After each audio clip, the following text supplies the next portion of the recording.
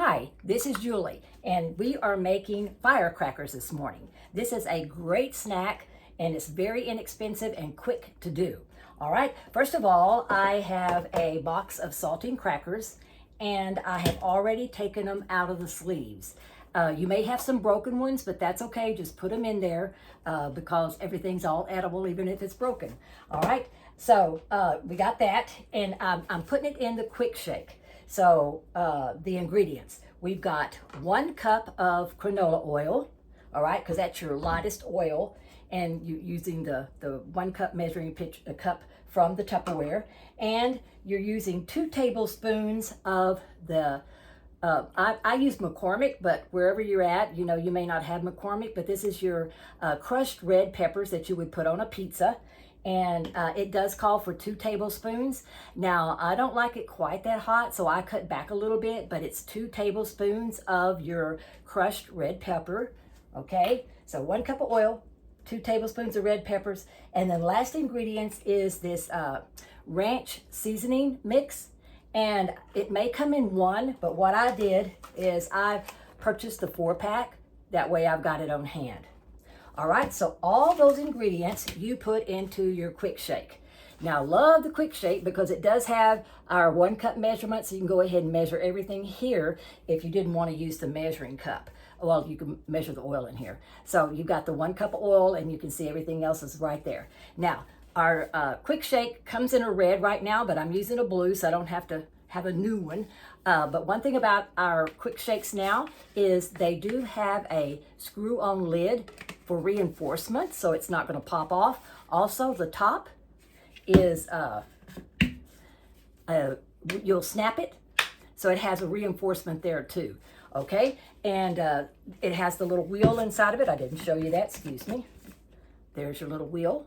So that as we toss it back and forth, it is mixing in the quick shake. So let's go ahead and mix it up. You can see how it's mixing up right there. These are so simple. Now, even though we're using oil on the crackers do not get, they're not greasy. They absorb the oil, but there's enough of them here where it doesn't make them, any part of them real greasy. It's just remarkable how this all turns out. Okay, so let's get it shook up really good. All right.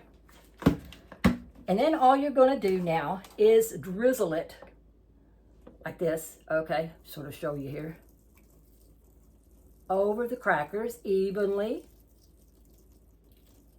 Okay. All right, now we've got them drizzled pretty evenly.